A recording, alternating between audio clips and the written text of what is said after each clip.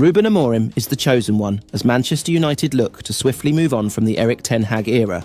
The same Old Trafford Chiefs, who reluctantly chose to keep Ten Hag in charge over the summer, decided to sack the Dutchman on Monday, citing their dismal start to the season as the reason why. Sunday's controversial too. One defeat away to West Ham proved to be the final nail in his coffin, with United languishing 14th in the Premier League table after 4 defeats in 9 games. It appears that the Red Devils knew their preferred replacement all along, though, with 39-year-old Sporting Lisbon manager Amorim quickly emerging as the favourite. United have already informed Sporting of their intention to pay the former Portugal international's €10 million, £8.3 million release clause, but Amorim revealed last night that nothing is decided yet. Manchester United seriously considered re-signing former striker Danny Welbeck over the summer. Welbeck, who was sold by United 10 years ago, has scored 6 goals in his first 9 games for Brighton this season. The Athletic report that Erik Ten Hag thought Welbeck would have been an excellent addition to his squad and was a key voice of support for the 33-year-old's potential return, but no offer was made. Ruud van Nistelrooy will be in charge of the Red Devils tonight as United host Leicester City in the Carabao Cup 4th round. Ruud van Nistelrooy says that he has mixed emotions ahead of taking charge of Manchester United tonight. In his programme notes, United's caretaker boss said, "I am sure everyone can imagine I am writing these notes with a huge amount of mixed emotions."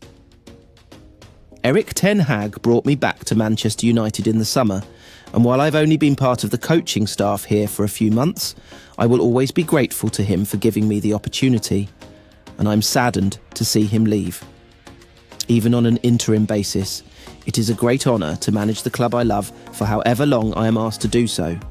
I can promise that I will continue to give my all in whatever capacity to try to turn around our fortunes. Despite our results, I am loving being back at Old Trafford and working with the team and staff every day. We've seen the squad's potential at times this season, but clearly not often enough. Now's the time for everyone at the club to work together, give everything, and turn this season around while we have time. From my experiences as both a player and a coach here, I can say for sure that when players, staff and supporters pull together, Manchester United can be unstoppable. Leicester City boss Steve Cooper believes that Manchester United could be more dangerous tonight because of their change in manager. When you come up against a change in manager, it's a really good challenge to show how good your own work is as a team in terms of your ideas of play, both with and without the ball, because really, if you get it right, you should be able to adapt to anything that you face, and that will be no different tomorrow, Cooper said on Tuesday. Manchester United have got brilliant players who can make a difference in every area of the pitch, both with and without the ball, and we have to be ready for that. We also know that we have players who can have good moments as well and impacts on the game. We've got to make sure that we take that opportunity. Ruud van Nistelrooy will be in the Old Trafford hot seat. Pep Guardiola has given a glowing verdict on Ruben Amorim, who'll face his Manchester City side in the Champions League next Tuesday if he stays at Sporting Lisbon for long enough. Speaking about Manchester United's potential appointment, Guardiola hailed, "The experience against Ruben's Sporting was very good. I spoke with former Sporting midfielder Matheus Nunes, and he spoke highly. This season he's unbeaten, winning all of the games in the league, and in Champions League has the same points with us." City have also been linked with Amorim, having appointed Sporting's Hugo Viana as their new sporting director, and with Guardiola in the final year of his contract. Sporting Lisbon striker Victor Gyökeres is relaxed about manager Ruben Amorim's impending move to Manchester. United. Ruben Amorim spoke to the media after Sporting Lisbon beat Nacional 3-1 to reach the League Cup semi-finals last night, confirming that his move to Manchester United hasn't been decided. Manchester United is interested, but it's my choice, Amorim revealed. Until everything is decided, we won't be making any noise. Manchester United are working on a deal to install Sporting Lisbon boss Ruben Amorim as their next manager. As reported by the Manchester Evening News on Monday evening, Amorim has agreed a deal in principle with United to succeed Erik Ten Hag at Old Trafford. Ten Hag was sacked on Monday morning, less than 24 hours after Sunday's 2-1 defeat to West Ham United. United are understood to be locked in discussions with Sporting over a compensation package for Amorim. If successfully installed as United's 6th permanent manager since Sir Alex Ferguson's retirement 11 years ago, supporters should prepare themselves for the possibility of a formation change. Amorim has enjoyed plenty of success in Portugal, operating with a 3-4-3 system featuring wing-backs.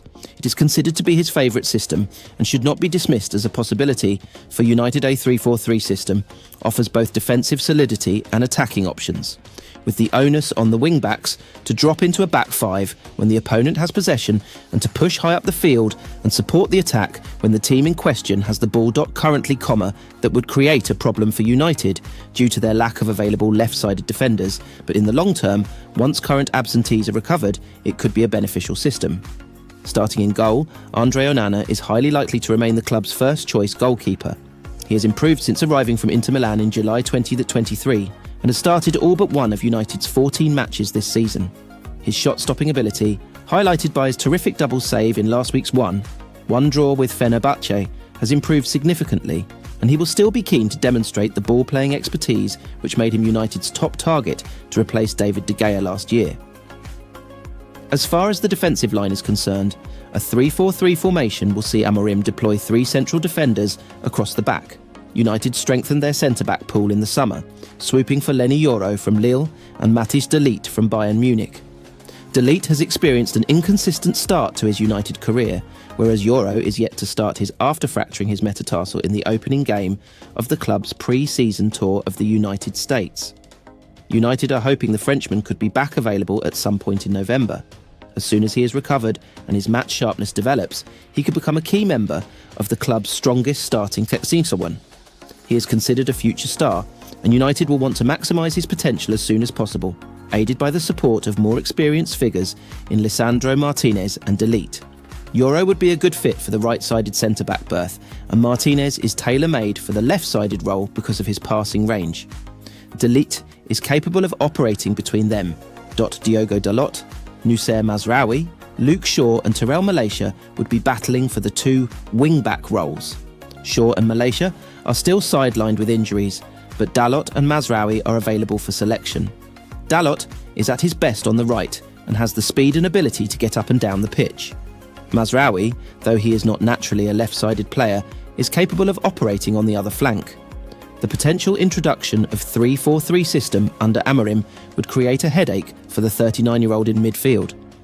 When everyone is fit and available, United are blessed with strong numbers in the midfield department. Selecting just 2 to operate in the engine room will be a very hard task. Amorim will need to strike a balance between defensive and attacking phases of play. Kobbie Mainoo is one of United's best players and has enormous potential, meaning he should remain an automatic starter.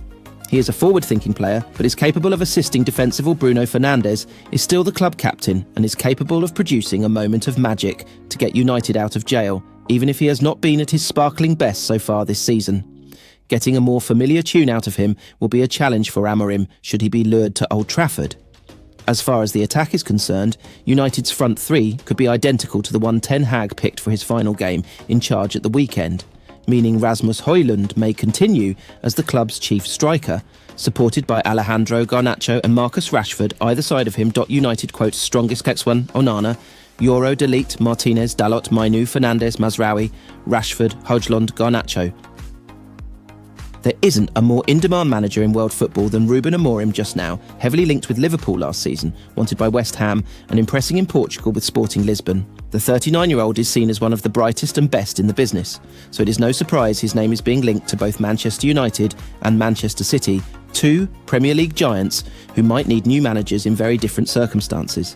United are seeking a replacement for Erik Ten Hag after sacking him on Monday, while the Etihad might welcome a new boss for the first time in nearly a decade if Pep Guardiola doesn't extend his contract past next summer. But it is United who will have the chance to strike first. Installing a young coach making good on his potential could provide the spark Ineos and Sir Jim Ratcliffe are looking for. Amorim is a modern manager capable of playing attractive football, developing young talent, finding untapped gold in the transfer market, and yielding results and trophies. It's a mix that makes him hard to ignore for Europe's top clubs. Tactically, he values possession, flexibility in attack, and a defensive foundation. Sporting line up in a 3-4-3 shape with their defensive trio tasked with bringing the ball out from the back, and the attacking wing-backs playing high and aggressive press when out of possession means they win the ball back quickly, and often that offers chances on the turnover. They often attack centrally and in numbers while relying on the wing-backs to offer an alternative outlet. With numbers in the box, a mainstay of their offensive strategy.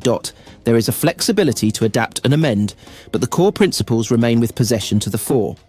Only Manchester City and Inter Milan averaged more than Sporting's 74.9 touches per opposition tackle last season.